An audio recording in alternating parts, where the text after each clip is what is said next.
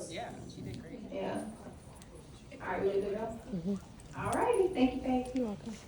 So I'm Christina L. Blancy. I am the founder of Afros Plan Solutions. I build digital ecosystems with business development and marketing strategy. So if you want to grow and scale, I'm your person. I did 10 years in corporate where I was turning around $50 million RFPs every 6 weeks. So now I get to do that in tech and help early stage founders. I'm also your early stage track lead, so you will be seeing me all week. And I need energy all week, okay? I'm a call and response girl, so, get some energy going. All right, I'm gonna hand it off to my panelists to introduce themselves and tell them why we are here. I think on is to the right. Hi everyone. I can honestly I don't even need a mic most of the time. I can just shout across the room. My name is Naza Shelley and I'm the founder and CEO of Carpe Diem. So Carpe Diem is a tech-enabled matchmaking service and dating app that is designed to help singles interested in dating professional Black women. So we pretty much pair you with a matchmaker, and then there's all this tech behind the process. And we are a marketing-heavy startup and been in the game for a few years now, raised and all that stuff. So happy to answer any questions and deep dive into how do you turn your idea into revenue. Hi, I'm Chelsea Olsen. I own a company called Close. We train teams on and off LinkedIn how to build pipeline. I worked for over a decade in corporate, mainly in finance with JP Morgan and Capital One.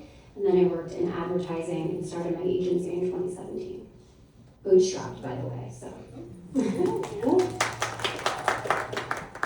Hello, everyone. Hey.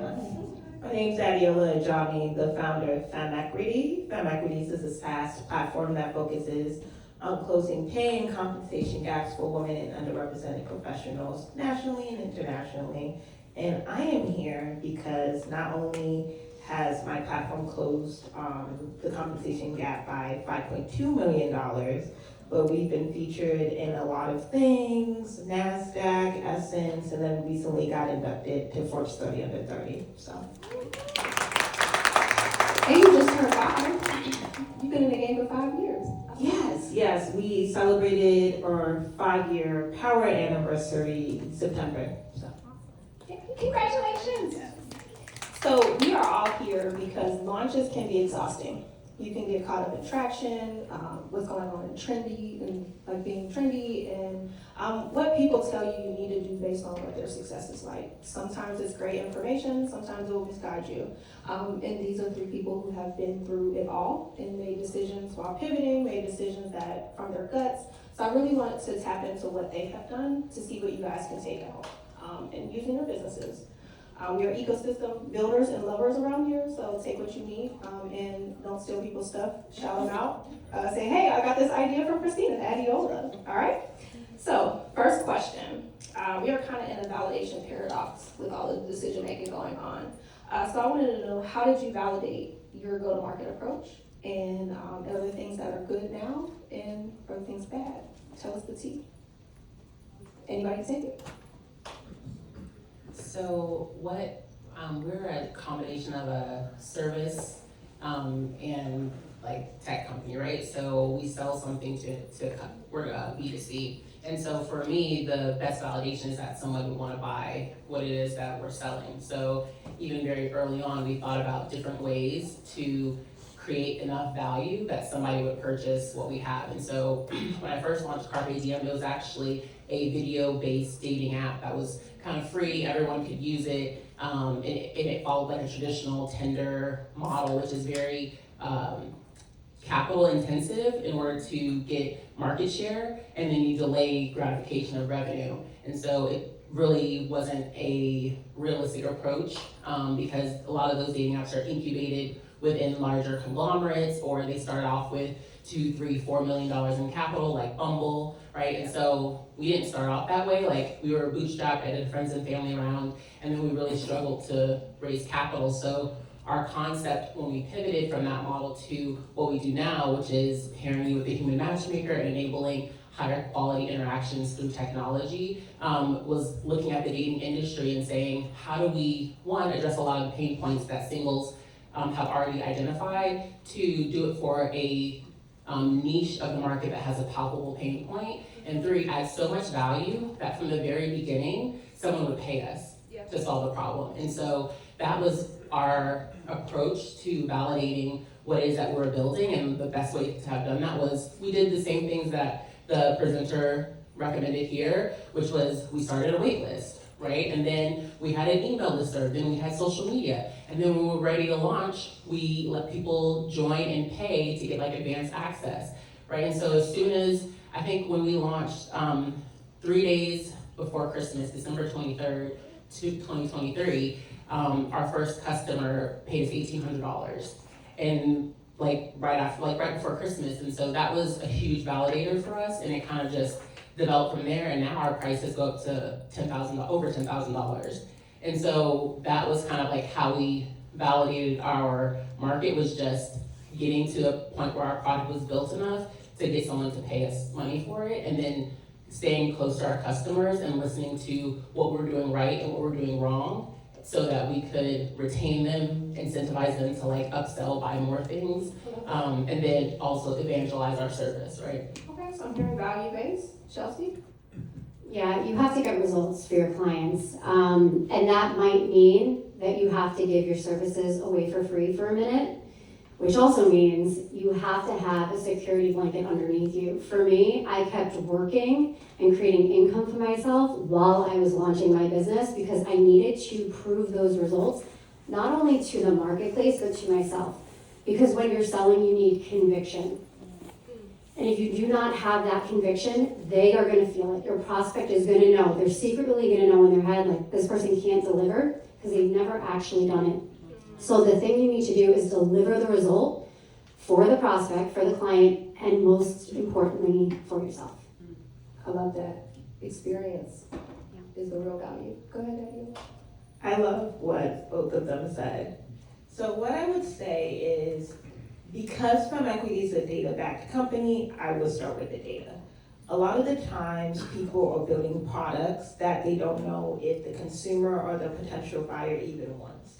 And what really helped FemEquity was that we started the platform based on my problem, which was being significantly underpaid, and then kind of being scrappy with creating a SaaS solution to close that gap. But then when I was going and doing one-on-one interviews, when I was just getting feedback from folks, it was like, okay, what about the platform and the product do you like? What do you not like? And then getting the pricing. So we actually got closed for sale, which was like $250, less than 3 months when we started the company. And it's because we kept kind of getting the data and things like that. So when we were shifting from only being direct to consumer to being direct to consumer, and then also having like business partnerships, then it was understanding, okay, what on that angle will help us scale? And I think that's really what's valuable, is the data behind what you're doing. Do you have feedback loops that are telling you what you're creating makes sense? Or do you also have feedback loops that say that, hey, you're moving further away from the goalpost? Both sides are important, because if not, you don't want to be spending 6 months, a year, 2 years building something that really no one wants. And that's the point of data. Just to add in with what our two great panelists were saying. Love that. So how many people in the room are serving consumers, business to consumer? Raise your hand. Okay. Business to business? Business to gov? Hybrid models? Same. Okay. All right. As an early stage founder, sometimes revenue can seem far away. So some of us get lucky and have it 3 days before Christmas. I love that for you. That gives me hope. Tell us some of your operation systems that support your marketing and sales. You've talked about data. You've talked about validation. What are the hardcore frameworks that you use that you're willing to give away? Yeah, all of it. I'm willing to give it all the way. We did a lot of testing to start, right? Like different channels. What would be the best way for us to reach consumers who are within our target demographic? So the first thing we did was test various platforms. So we tested Meta, we tested LinkedIn direct messaging, we tested Google, we tested YouTube, tested TikTok, and we also tested events, right? So if we host, we cater to singles, right? So if we host events, do those people who attend the events convert into customers? And so to Adeola's point earlier, everything is like everything that we do is data driven, right? We do an input here, do we get the output that we're looking for? Have you conceptualized what that output should be from whatever you're putting input in? Because sometimes you're putting effort into an area that's not generating any results for you, or the result might not be immediate, it may be a downstream result. That's the process when we host events. What we learned was events don't create customers, right? Events don't create customers for us, but events do provide an amazing opportunity for us to get content. The content that we get from the events, we turn into ads. The ads we run on Meta. The event ads are the best performing ads that we can create, right? So either we could take $2,000, pay actors, right, to create an ad for us, or we can take $500, we can host an event, and we can walk around with our cell phones and get the content, turn it into an ad, and that ad actually creates money. Yeah. So I think that no matter what it is that you're testing, and you should be testing various things very heavily, you just need to connect that test to a result to determine if it's a viable channel. We now know 2 years in that Meta is our strongest channel, right? So we can tell you if we put $1 in, we get $13 out from revenue from putting something into Meta. And so that takes a lot of forethought and like building in your systems. And also we have a very long funnel when it comes to how to convert someone from someone who is a prospect to an actual member. So we also built it in so that we can track them at every single step of the funnel. So we know if you drop off when you get to our landing page, if you drop off once you start creating your account, if you drop off when we approve your profile. So we understand the conversion of our prospects at every stage. And so I think one, either you being the person that's doing that or having the right team to, back that, so that you, when you're speaking coherently about how you're investing $1, you understand what result that dollar is going to get you through whatever channel you're using. I think that's one of the most important things. That's good. Y'all following? You got it? All right. That was really great advice for me to see. It That was really not good. gatekeeping. No, and that's the difference, right? So I am more B2B, and I always say Meta is great for B2C. For B2B, it's different. I've personally, I've built revenue systems, worked fractionally as a CRO across all different sectors, and I worked in corporate and I worked for startups. So before I started my own company, I did this for other companies, right? I essentially did lead generation. Let's call it what it is. Got people to build their pipeline, got teams to build a pipeline, get meetings, convert to close deals. So when I started doing it for myself, I already had a system that was built out. I knew how to work it, and I implanted it in my business. But for B2B, the things that I've found important, and this is across different sectors with my clients, is doing the outreach. Organic content supports that outreach. Ads are tricky. They don't always work as well on Meta. It depends. If you're selling to a marketing group, like if that's your ICP marketing folks or even sales, Meta might work well. But then when you're selling it to different ICP groups, LinkedIn is definitely more beneficial, and the ads are very expensive. So you have to test for your target market what's going to work. I know, because I'm doing it for a long time, the one-to-one outreach for B2B always works, especially with LinkedIn if you do it the right way and you know what to say. Cold email still works, cold calling still works, but when I say works, I don't mean if you reach out to 1,000 people, all 1,000 are gonna be like, yes, I wanna book a meeting. No, you're probably less than 1%. But if you can get 5 to 10 booked meetings with the right people, qualified leads, that's how you're gonna close business and get deals. So just little variances, but you gotta find what works.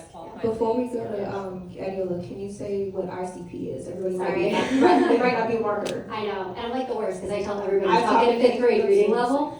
Ideal customer profile, but just essentially your buyers. Yeah. Your potential buyers. Across segments too, so you might have like different type of profiles. That's why it's plural. Yeah. Sorry, go ahead, Adeola. No, I loved it. Amazing. So I actually have like more of a hybrid model. And so starting with direct to consumer, actually for us, Google's our best lead gen. So Google ads move into YouTube ads, next, Google products. I would say that's actually our best just because when folks are searching up like, hey, how much should I be making, or hey, whatever the case is, they'll see that like, oh, in 60 seconds, I can give you an accurate, data clean number of like an estimate of what you should be making and benchmarking it towards what you're making right now. So that's been amazing for us. But to not gatekeep or not to like overshadow, I have been blessed and privileged to have like the state of Maryland invest in FemEquity as far as resources. When we were doing our ideal customer profile, I did get $10,000 of contractors hoping, right, invest. So definitely, reach out to me after if you want a list of those resources. I will give it. I'm so excited to do that. But I will say this: when it comes to checking out what is good as far as getting the ultimate goal, which is a sale, so that click-through rate, you have to be really meticulous about what is going on in step-by-step points. And so I'll say that's for the direct-to-consumer side. When it comes to B2B, a lot of it is relationship-focused. Like, I've worked with Christina in a previous role she was in. That was a very relationship-focused type of thing to close the deal. And so when I say it with that case, it is more connections. And so LinkedIn is great, even without not pumping ads into LinkedIn, but folks don't even notice. LinkedIn is a place where you can create content and you don't have a lot of competition because people don't think to create content on LinkedIn. And that's how I've been able to really explode as far as getting really big partnerships, especially with female-led brands and sponsorships and things like that. So I would say LinkedIn is actually a gold mine when it comes to B2B, not only because they're there, right? Everyone's looking at their LinkedIn messages, but when you're creating content, when you're trying to showcase your business, your brand, what you're doing, a lot of people aren't doing that on LinkedIn because everyone thinks of LinkedIn as what? To get a job or to hire someone for a job. So that's a tidbit I would put there. All right, so Adeola mentioned in my past life. I was a check writer in my past life. So I would agree with what they said. When it comes to B2B, make sure you are building relationships. When I had to deploy 2.5 mil in 6 months, I had to find people who wouldn't make me look bad. And I had to judge them based on what they would put out on the internet in the 15, 20 minutes we had a conversation with. So this area right now, DC Startup Week, is also a gold mine for you all. I know that you might be seeing your friends. I've seen a whole bunch of people. You were at my workshop last year. I remember you. Stuff like that. That could turn into a contract. I got hired off the stage last year. Yeah. Just because I was in gatekeeping, I was able to command the room. You don't know what people are looking for. So just show up as your best self this week and intend to connect. And that can help push people through your pipeline as well. Don't tell people you're pushing them through the pipeline. That's crazy. That would definitely do the opposite.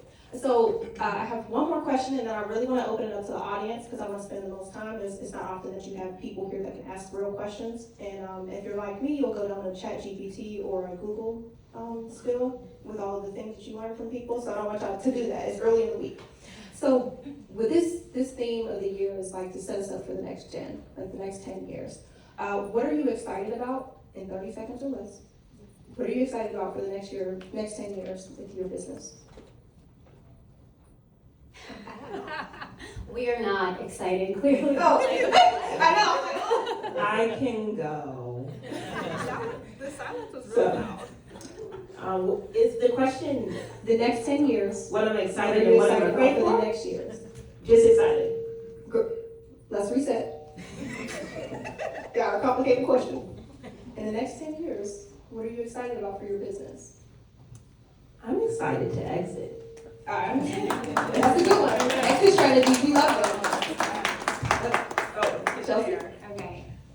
I'm excited for more freedom as I continue to scale and find the right employees because, to be honest, that has been the hardest part of my journey. Yeah.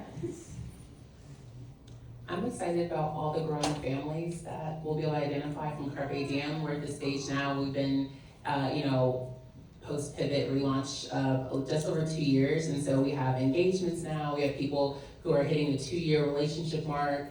We have, I talk to women every day that are like, I think he's the one girl. I'm like, are you sure? And so,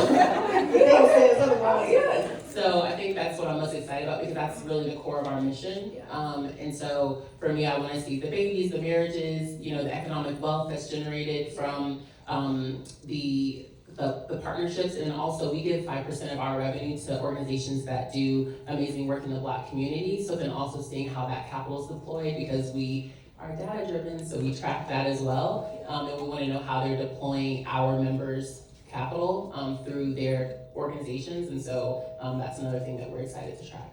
That's exciting. I'm gonna add myself in here. I did not mention my nephews until now. I usually say in the first 5 seconds. In the next 10 years, I'm gonna have one of my nephews working for me. Yeah. So I'm training them up to be leaders now. One is going to business school for business and marketing after me. Yeah. So that's what I'm excited about. All right. I want to spend the most time. Can you tell me what time it is? I don't have a watch on. I forgot it. 33. All right. So we got about 10 minutes. I want you guys to. All right. We got questions. We can take about 5. So that's 1, 2, 3. Remember your numbers. We got 2 more questions. 4. 1 more. All right. 5. Jen, I'll come. Can you come meet me? Meet me halfway. Hey friends, Dr. Jen Fry. I'm the CEO of Core Louise at the intersection of Group Travel Sports Tourism. So the young lady for the B2B ad for LinkedIn, what have you found has been the best way whenever you reach out on LinkedIn? Because right now, LinkedIn messages feels like a flea market, right? The way we get hit up like, hey, anyone want this pot? I got some free shoes. Like, it's down to be way too crazy. So what would you say that helps you with your content and also when you connect with people in their messages to get them to kind of go to that next step? Also, side note, what I've done that I see works well is that when I connect with people, I just tell them I want to connect with them just to read their content, but in reality, I want to connect with them so they can read my content. All right, so I'm a LinkedIn influencer, just heads up, so I don't know if you guys know that. So there's 2 sides, right? The content's great, and if you want to invest in creating content, that's an avenue, but you don't need a personal brand. So if you have content, the outreach can be a little different. You can do the play like you did, where you're connecting and trying to start a conversation, and hopefully the algo feeds your content to them and vice versa, and you could go that soft route. That's not the money route though, and you don't even need content. I closed well over $1 million worth of business way before I ever created content on LinkedIn. What you need to do is be direct. And I know it's flooded and I know it's oversaturated, but you can send a connection request with or without a note. It's your choice, but be open. Hey, I'm sending you a connection request because I wanted to chat with you real quick in the DMs. You're not asking for a book meeting. You don't even want one. If they're not qualified, why waste your time, right? Go to the next message, follow-up message. Hey, quick question, or hey, just curious. Ask a question related to the problem you solve. For me, hey, I looked at your sales team. It looks like they're not really posting any content. They're not commenting on anyone's profiles that appear to be your prospects. Just curious, are you guys generating revenue from LinkedIn right now? That's it. Keep it short. Don't send lengthy, long scripts. One simple question. If you send more than 1 or 2 sentences, the deal's done. You've killed it. So short, snippy questions. And don't be scared. Like, don't talk about people's cats. Like, don't beat around the bush. I have a question because you probably have a problem myself. And that's how this conversation's going to go. And then you close the deal. Get the meeting. Sorry, whoever's phone this is looking at y'all's feet. So they got some good feet photos. Somebody off of that video. That's another way to make money.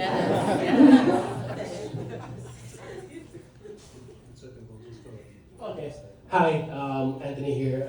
I co-founded a surrogacy and fertility startup with my wife. Helping to simplify the process for intended parents and surrogates alike. So we have seen that direct outreach to our B2B partners work a lot more perfectly, right? But for our B2C side, where we want surrogates and intended parents to come on the platform, we have built a pipeline through ConvertKit. But the question is, like, are there any tools and tips you can give for building an optimal pipeline, so to speak? An optimal pipeline.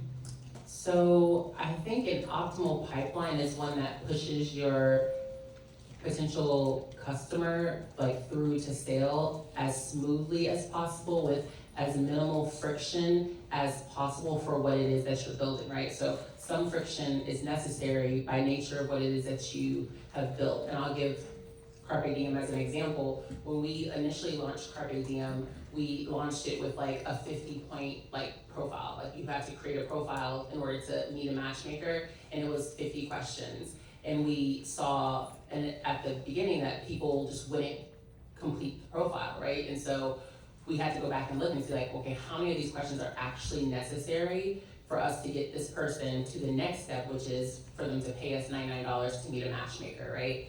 And so we reduced that 50-point question to 10 questions and we just iterated on that step because we could see how low the conversion was on that step. And so I think that it's just a matter of how few steps you can actually implement to get them to the most important step, right? Whatever that is for you and your business, and to reduce friction as much as possible without eliminating whatever friction is necessary for you to do your business. On some level, because of what we build, because we're a matchmaking service and we're different than a dating app, we want some level of friction, right? Because we don't want the same, people who would join Tinder to join Carpe Diem, and because we don't want them to waste our time, right? So we want to qualify the lead with someone who's gonna put in some level of effort, but we don't want the effort to be so high that they end up giving up right before they get to the point where we can actually upsell them on what it is our service actually does. And so while I don't have a specific answer on building an optimal pipeline, I would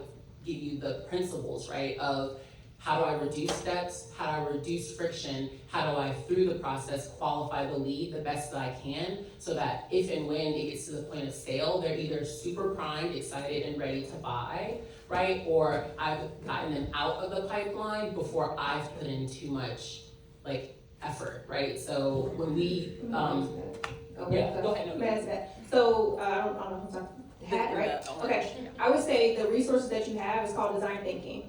Use the resources that you have to start building.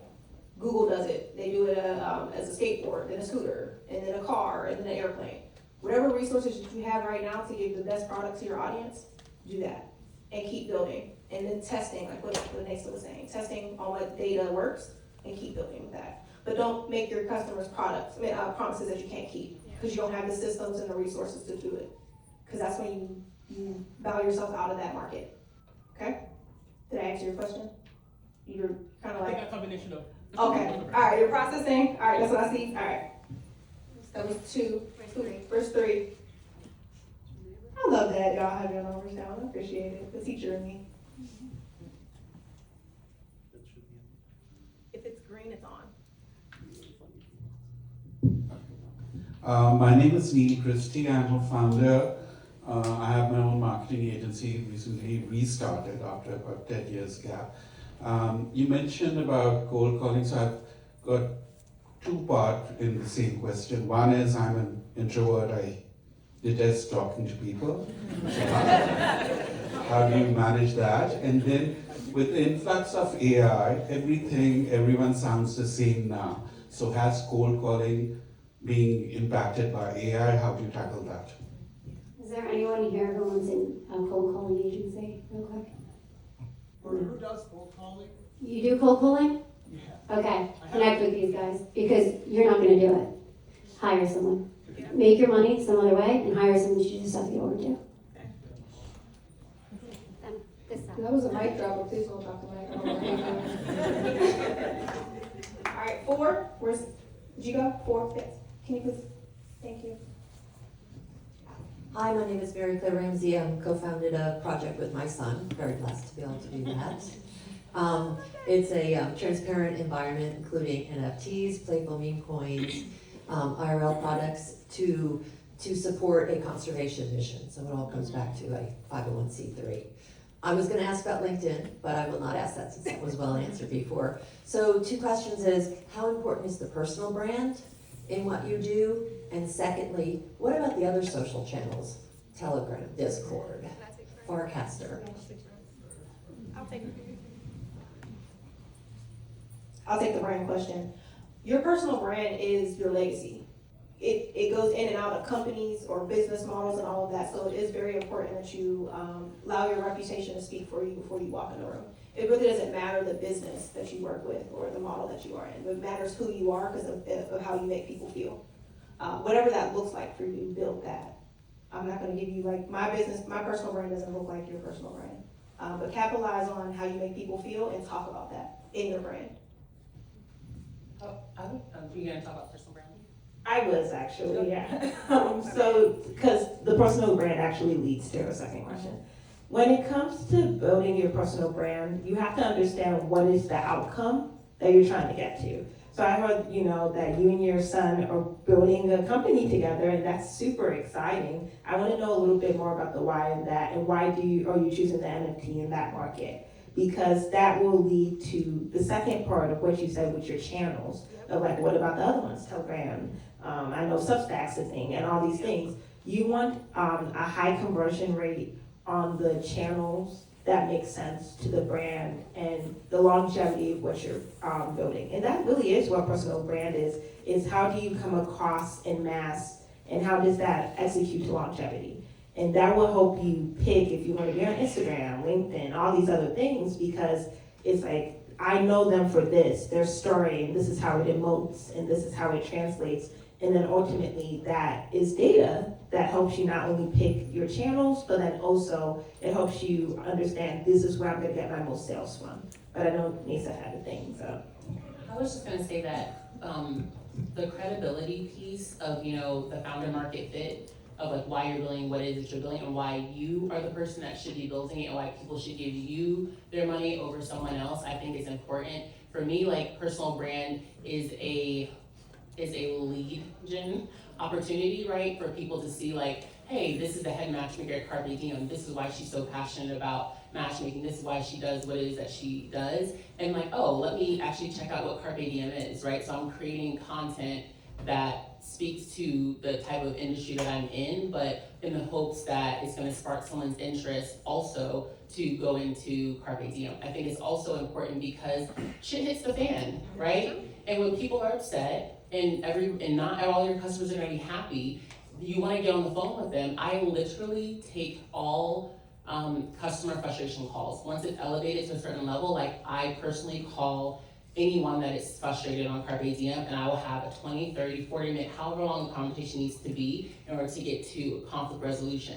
And because of my affiliation with the brand, right, customers are elated, right, to get me onto the phone and have a conversation and try to come to a resolution. So I think about why you're building the brand and like what benefits you want to downflow from you personally being the face or whatever, because it's not all roses that you get to like be in the spotlight, right? Sometimes it's like the buck stops with you, and you have to be on the call, and you have to be the one that's apologizing and making things right as well.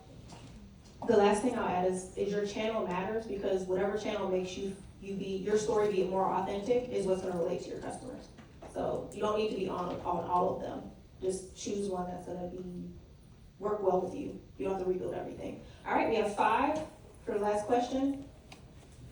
And we got, who's 5? Maybe 5 left? We got one here. All right, let's do Chris. All right, we got 3 minutes. 3 minutes. That's notice for you and us. We can't give long answers. Chris Caldwell. Chris Caldwell, founder of Food for Thought and Serenity mental health platform for Black men. Food for Thought, bringing Black entrepreneurs together to support one another, trying to build community. My biggest question right now, I've identified my ICP. For you all, how do you all do research on your ICP, and what were like your game changers for that? Number 1, and then number 2 is self-learning. I like to learn on demand. Do you have any recommendations of how to do that when it comes to marketing and being a first-time founder? Sure, I'll pick up. So number 1, when you're saying like identifying your ICP and stuff, go outside, talk to people. Very early in the FemEquity journey, a lot of people knew me because I was outside, and I talked to over 150 people face to face about not only the problem, but what could be a solution. So if you feel like you need more of that information, don't be behind the screen. Actually go outside, go to events like this, really meet people, especially because you said, based on your platform and it's food and things like that. There's lots of food conferences, lots of food festivals. That is your place that you can go and start finding folks. And to the second part, when it comes to being a first-time entrepreneur, you're gonna be learning all the time. I would say that whatever is the biggest thing you wanna learn as far as the growth for what you wanna do, go ahead, go on YouTube University, everyone loves that. But then really start being, knowing that, hey, I wanna be a self-learner, I wanna really understand things, and I wanna kind of get as much information as I can. As well as a tool, Notebook LM on Google is a great tool to like quickly get research in like less than 10 minutes. That's all I got. All right, we got 30 seconds, y'all. Okay, 30 seconds. Give yourself grace because you're gonna make a lot of mistakes. You're gonna light money on fire and just be okay with it, okay? All right, start there. And then also be honest. I don't know how many clients you have right now or how many people are on this app, but be honest with people. If you only have 5 people, tell people that because people actually want to support you, right? Put yourself out there, whether it's on LinkedIn in a DM, whether it's out in a group like this. Don't be more than you are. If you need to learn, you're doing research, tell people that and ask them for help. You got an answer? Are we gonna close it out? I was just gonna say focus groups, mentorship. So have focus groups, we did them virtually. And then mentors can help you see around corners and, podcasts, all this, it might be, a lifetime learner, and ask people questions. Most people are very elated to tell you the knowledge that they have. NASDAQ Entrepreneurial Center has a 12-week free program where you can dial in on your milestone for your business. I'm in cohort 12 right now. And it's been it's the free program, and it's been one of the most helpful things. I'm in week 3, and it's given me more information than paying somebody 5 figures to help me scale. All right? What's the name of that? NASDAQ Entrepreneurial Center. It's called Milestone Circles. Goldman Sachs has a Coursera course that's out for 10,000 small businesses. If you sign up for Coursera, if you do it through your business, you can get a free account. You don't have to pay $47 a month. I think that's all I have because we gotta go. But I appreciate you all for sharing time and space with us. I hope that you learned something, and my homework for you all is to act on it before this week. And tag us on LinkedIn when you do. All right? Drink your water, stay hydrated, wear comfortable shoes, and I will see y'all for the rest of the week. I appreciate you. Thank you, guys.